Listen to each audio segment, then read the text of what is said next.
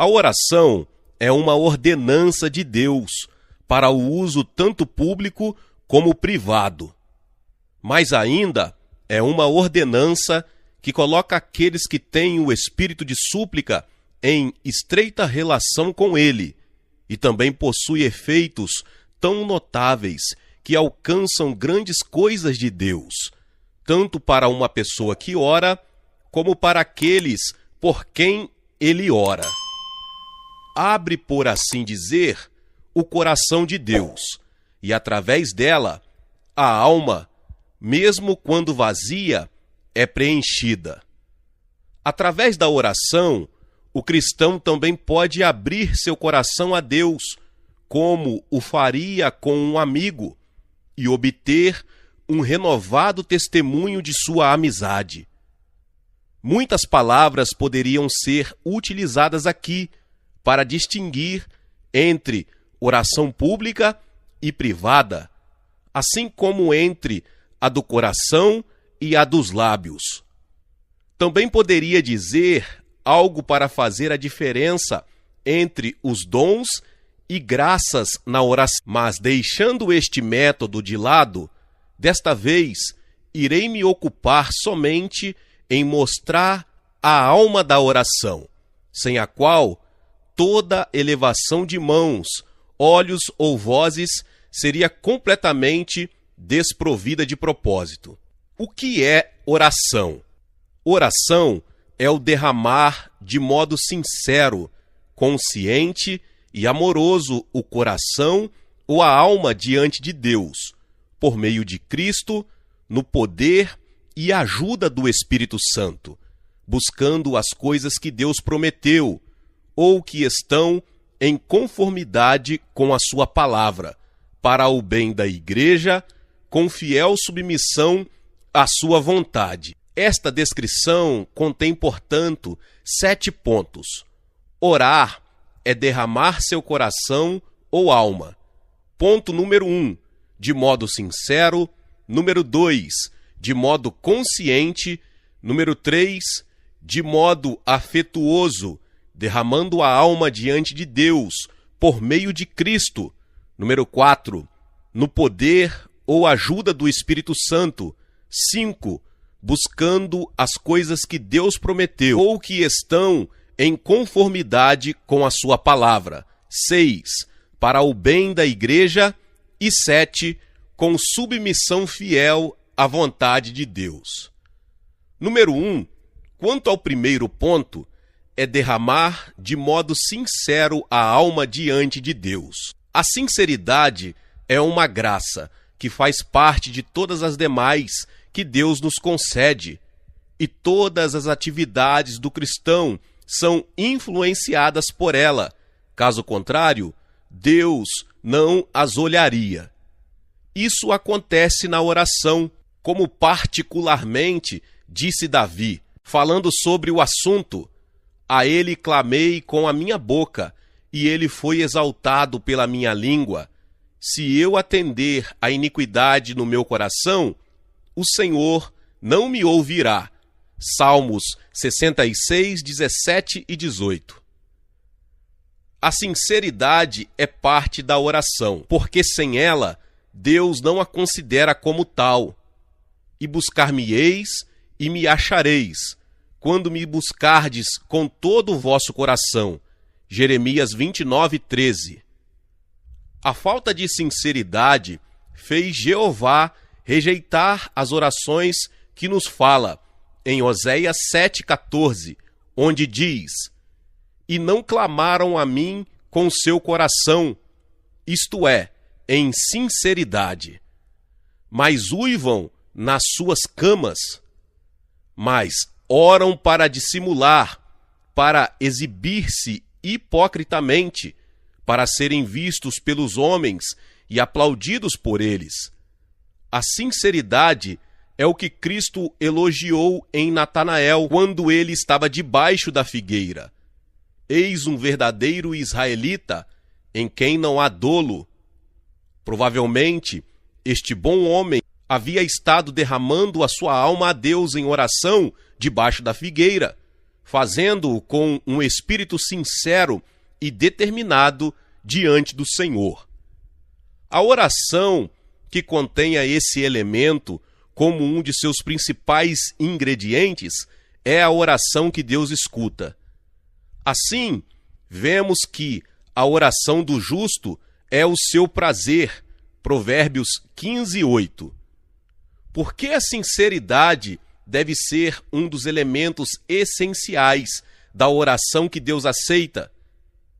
Porque a sinceridade induz a alma a abrir o coração perante Deus com toda a simplicidade para apresentar o caso claramente, de forma inequívoca, reconhecer a culpa sem falsidade, aclamar a Deus desde o mais profundo de seu coração, sem palavras ocas e artificiais.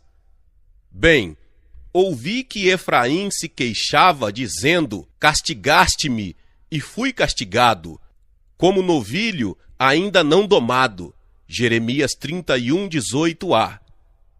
A sinceridade é a mesma quando é silenciada em um canto ou quando ela se apresenta para o mundo.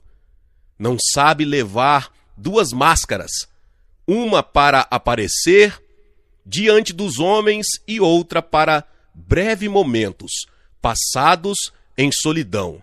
Ela se oferece ao olho perscrutador de Deus e anela se ocupar no dever da oração. Não possui apreço pelo esforço dos lábios, pois sabe que o que Deus vê é o coração, do qual brota para ver se a oração é acompanhada pela sinceridade. Número 2, o ponto número 2 da oração é derramar de um modo sincero e consciente o coração ou alma. Não se trata, como muitos pensam, de algumas expressões balbuciantes de uma conversa lisonjeira, senão de um movimento consciente do coração. A oração contém um elemento de múltipla e genuína sensibilidade.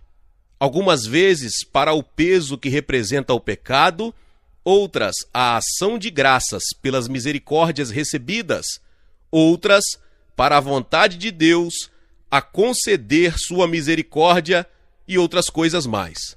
A consciência da necessidade de misericórdia por causa do perigo do pecado.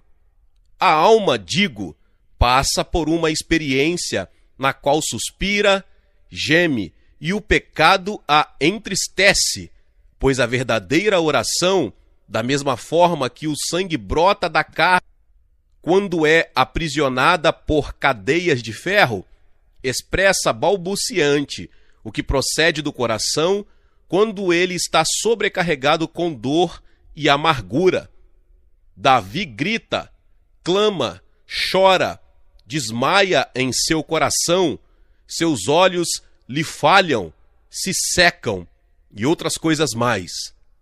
Ezequias lamentou-se queixosamente como uma pomba. Efraim se lamenta.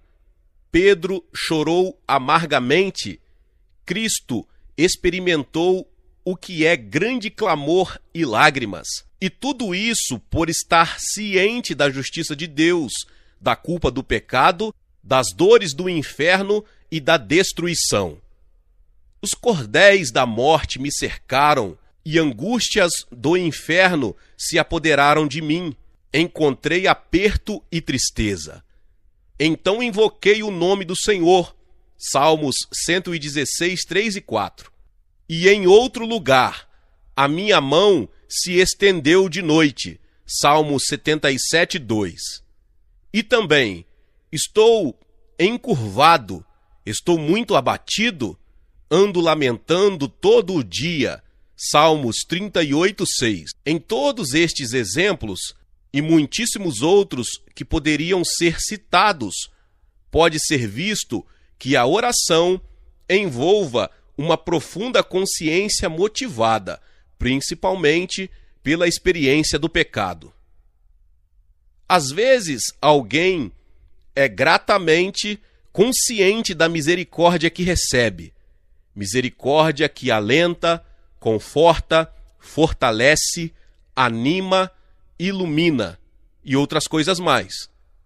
Assim vemos como Davi derrama sua alma para abençoar, louvar ou magnificar o grande Deus por sua bondade para com seres tão pobres, vis e miseráveis.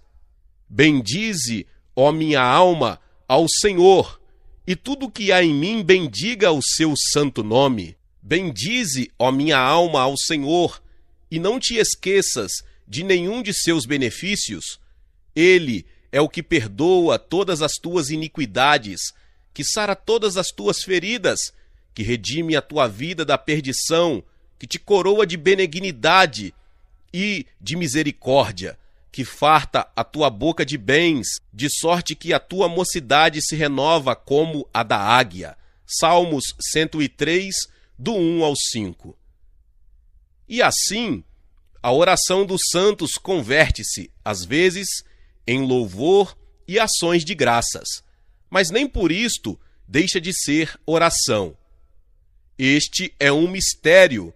O povo de Deus ora com seus louvores, como está escrito: não estejais inquietos por alguma coisa, antes as vossas petições sejam em tudo conhecidas diante de Deus, pela oração e súplica, com ação de graças. Filipenses 4:6.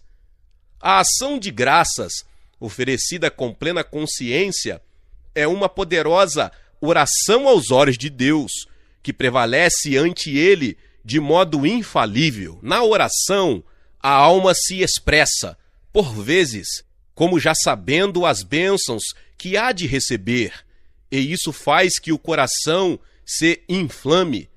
Pois tu, Senhor dos exércitos, diz Davi, Deus de Israel, revelaste aos ouvidos de teu servo, dizendo: edificar-te-ei uma casa. Portanto, o teu servo se animou para fazer-te essa oração.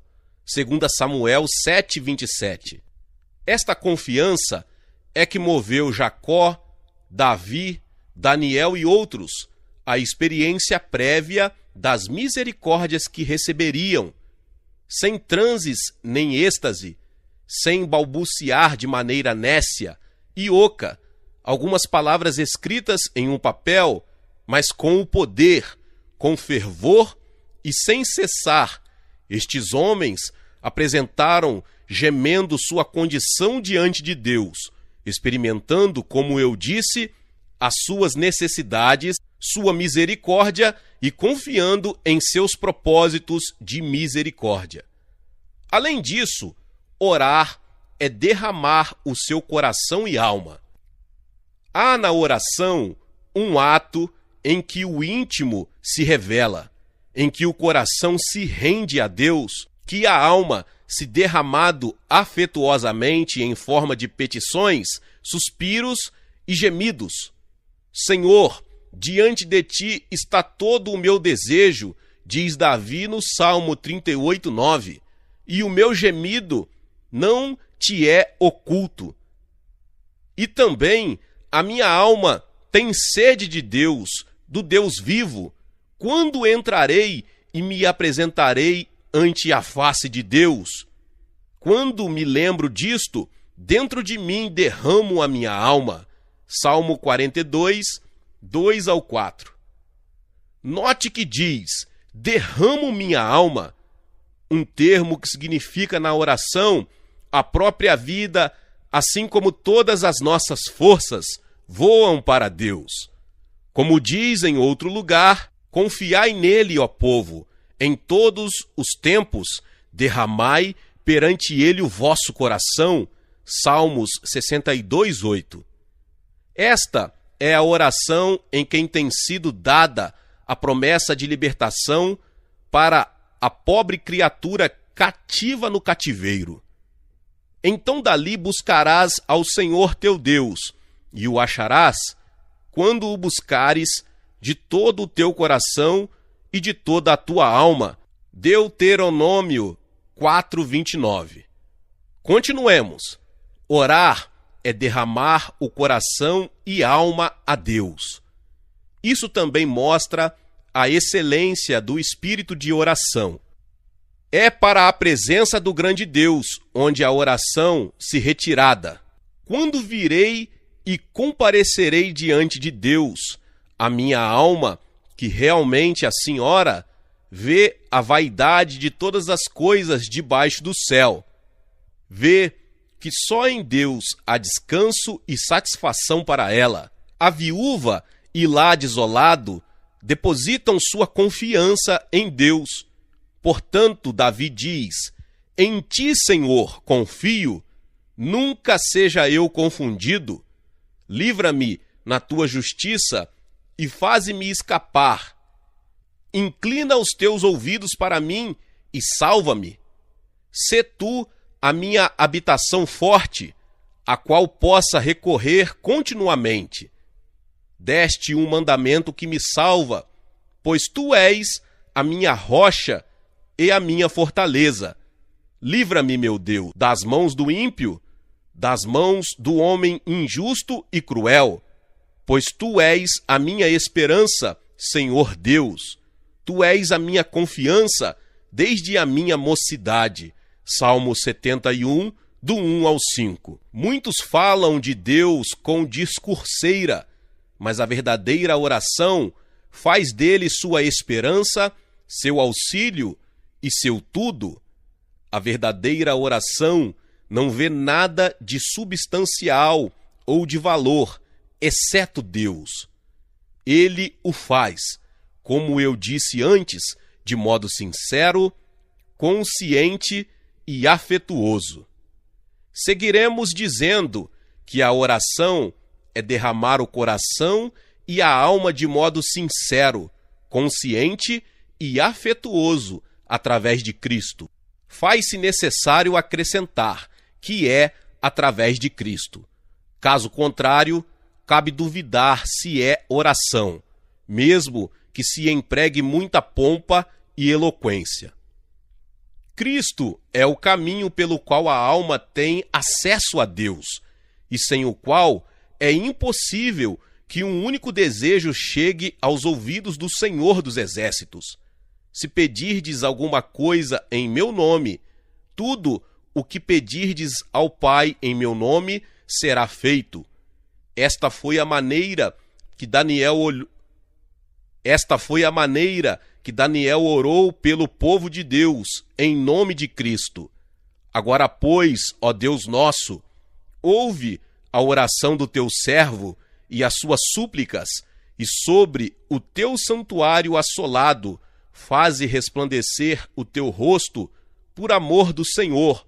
Daniel 9:17. E o mesmo Davi, por amor do teu nome, ou seja, por amor do teu Cristo, Senhor, perdoa a minha iniquidade, pois é grande. Salmo 25:11. Agora, isso não quer dizer que todos os que proferem o nome de Cristo em suas orações está realmente orando em seu nome. O achegar-se a Deus através de Cristo é a parte mais difícil da oração. O homem pode mais facilmente experimentar suas obras e até mesmo desejar sinceramente sua misericórdia do que ir a Deus através de Cristo.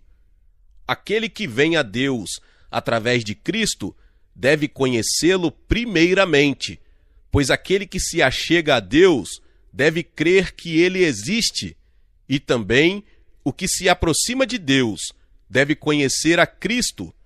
Rogo-te que me faça saber o teu caminho, diz Moisés, e conhecer-te-ei. Êxodo 33:13. Somente o Pai pode revelar a este Cristo.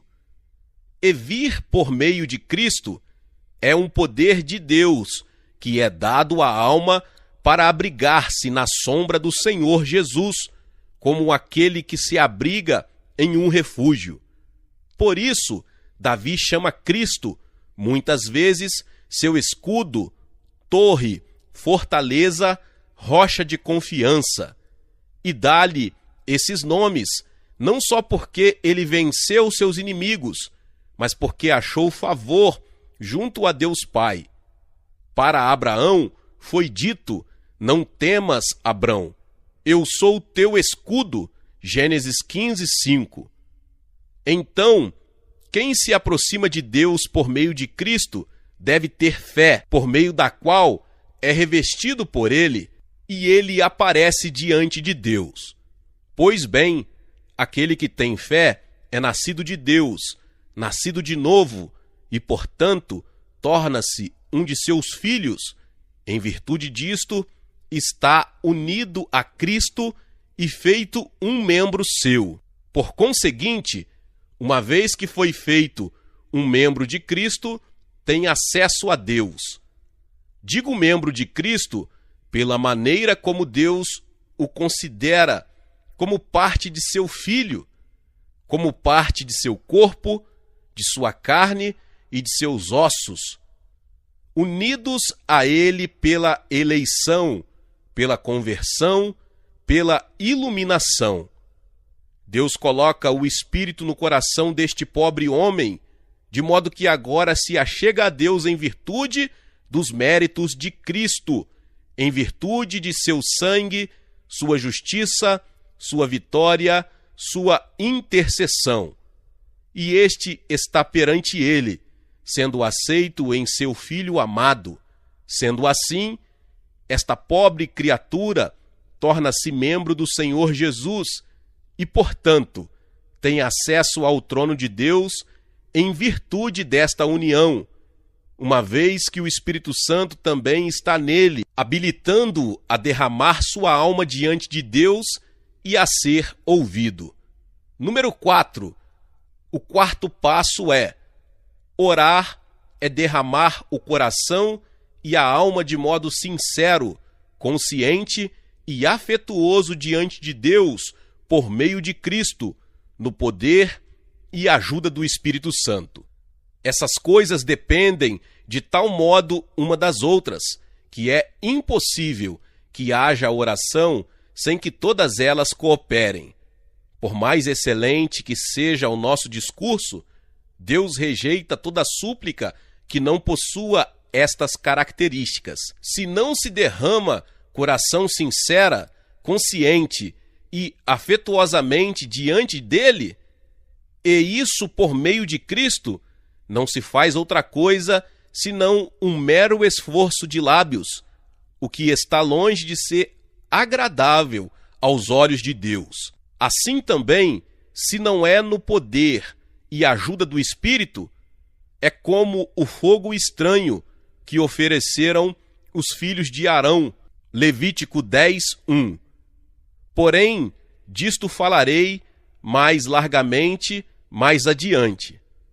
Entretanto, concluímos que aquilo que não se pede por meio dos ensinamentos e a ajuda do Espírito não pode estar de acordo com a vontade de Deus. E o quinto passo da oração é: orar consiste em derramar o coração e a alma de maneira sincera, consciente e afetuosa diante de Deus por meio de Cristo, no poder e ajuda do Espírito Santo, pedindo o que ele prometeu e que está de acordo com a palavra de Deus.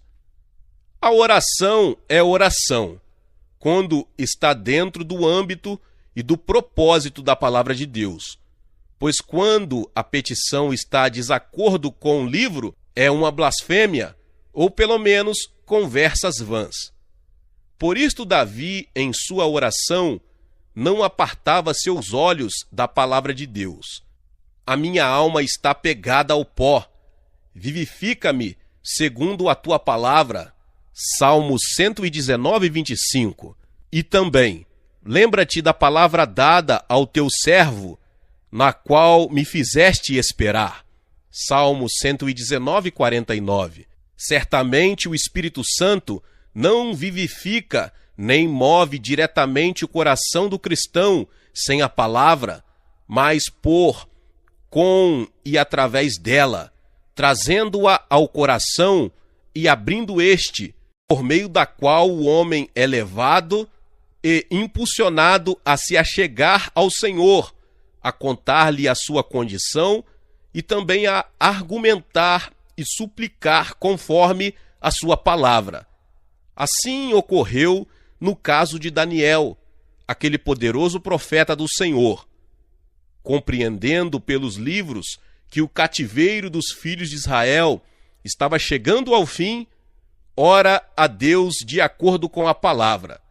Eu, Daniel, entendi pelos livros, os escritos de Jeremias, que o número dos anos de que falara o Senhor ao profeta Jeremias, em que haviam de cumprir-se as desolações de Jerusalém, era de 70 anos, e eu dirigi o meu rosto ao Senhor Deus, para buscar com oração e súplicas, com jejum e saco e cinza. Daniel 9, 2 e 3. Por todas estas razões, o Espírito é o ajudador e guia da alma, quando esta ora de acordo com a vontade de Deus. É o mesmo Espírito que a governa segundo a palavra de Deus e sua promessa. Portanto, o próprio nosso Senhor Jesus foi retido em uma ocasião, como se sua vida dependesse disso. Posso agora orar a meu Pai, e ele me daria mais de 12 legiões de anjos, mas como se cumpririam as Escrituras, que dizem que assim convém que aconteça? Como dizendo, se houvesse tão somente uma palavra sobre ele nas Escrituras, logo estaria longe das mãos dos meus inimigos. Os anjos me ajudariam. A Escritura não justifica este tipo de oração. Devemos orar de acordo com a palavra e com a promessa. O Espírito levará através da palavra, tanto na maneira como no tema da oração. Orarei com o Espírito, mas também orarei com entendimento, 1 Coríntios 14, 15. Mas não há entendimento sem a palavra, pois sem ela, que sabedoria há? O passo número 6 sobre a oração. Para o bem da igreja. Essa cláusula abrange tudo o que tende para a glória de Deus, o louvor de Cristo, ou o proveito de seu povo, pois Deus, Cristo e seu povo estão unidos de tal maneira que, se orarmos para o bem de uma, a saber, a igreja, a oração se ora necessariamente pela glória de Deus e pelo louvor de Cristo, porque assim como Cristo está no Pai, os santos estão em Cristo, e aquele que toca nos santos toca na menina dos olhos de Deus. Orai, pois, pela paz de Jerusalém, e orareis por tudo o que deveis. Jerusalém não terá jamais paz perfeita até estar no céu, e não há nada que Cristo deseja mais do que tê-la ali, no lugar que Deus, por meio de Cristo, lhe a deu. Assim, pois o que ora pela paz e pelo bem de Sião, ou a igreja, pede em oração o que Cristo comprou com seu sangue e que o Pai lhe deu. Pois bem, o que ora pedindo isto, tem de fazê-lo pedindo a abundância da graça para a igreja, ajuda contra todas as tentações, pedindo que Deus permita que nada a aflija demasiado e arduamente, que todas as coisas cooperam para o seu bem, que ele lhes guarde irrepreensíveis e sinceros para a sua glória, crianças sem culpa em meio a uma geração maligna e perversa. Esta é a essência da oração de Cristo em João 17, e todas as orações de Paulo seguiam este curso, como nos mostra o texto bíblico. E peço isto, que o vosso amor cresça mais e mais em ciência e em todo o conhecimento, para que aproveis as coisas excelentes, para que sejais sinceros e sem escândalo algum até ao dia de Cristo, cheios dos frutos de justiça, que são por Jesus Cristo, para a glória e louvor de Deus. Filipenses 1:9 ao 11. Como vocês veem e podem ver, é uma frase curta, mas bela e de bons desejos para a igreja, do começo ao fim, para que este firme e persevere, manifestando-se na melhor disposição espiritual, ou seja, irrepreensivelmente, com sinceridade e sem ofensa até o dia de Cristo, quaisquer que sejam as tentações ou perseguições a que vocês estejam submetidos. O passo número 7. A oração se submete à vontade de Deus e diz, assim como Cristo ensinou, seja feita vossa vontade. Por meio da qual o povo de Deus, com toda a humildade, há de colocar-se a si mesmo, as suas orações e tudo que tem, aos pés de seu Deus, para que ele possa dispor deles, segundo melhor lhe agrade, em sua sabedoria celestial. E sem dúvida que ele responderá ao desejo de seu povo, da maneira mais conveniente para eles e para a sua própria glória. Por conseguinte, quando os santos oram submissos à vontade de Deus, não significa que eles devem colocar em dúvida o seu amor e bondade para com ele, mas que devido a que nem sempre são igualmente prudentes, circunstância que às vezes Satanás se aproveita para tentar-lhes a orar por aquilo que, se alcançado, não redundaria em glória de Deus e nem no bem do seu povo. Temos esta confiança nele, que se pedirmos alguma coisa segundo a sua vontade, ele nos ouve. E se sabemos que ele nos ouve em tudo o que pedimos, sabemos que temos as petições que lhe houvermos pedido, ou seja, pedindo-lhe no espírito de graça e de súplicas. Mas como eu disse antes, a petição que não for apresentada em e por meio do Espírito não será atendida por ser alheia à vontade de Deus, pois somente o Espírito a conhece e, portanto, é o único que sabe como orar em conformidade. Porque qual dos homens sabe as coisas do homem, senão o espírito do homem que nele está? Assim também, ninguém sabe as coisas de Deus, senão o Espírito de Deus. 1 Coríntios 2:11. Mais adiante, voltaremos a este ponto. Meus irmãos e irmãs, Deus abençoe a vida dos meus irmãos e irmãs que chegaram até aqui. Glória a Deus, que palavra tremenda sobre oração. E se você ainda não é inscrito aqui no canal, se inscreva aqui no canal e ative o sininho das notificações para que quando o próximo vídeo for liberado, você receba aí no seu aparelho, no seu celular, que você seja notificado. Acompanhe esta série, esta palavra maravilhosa em nome de Jesus. Não esqueça de deixar o seu like e de compartilhar com mais pessoas. Nos vemos nos próximos vídeos. Amém!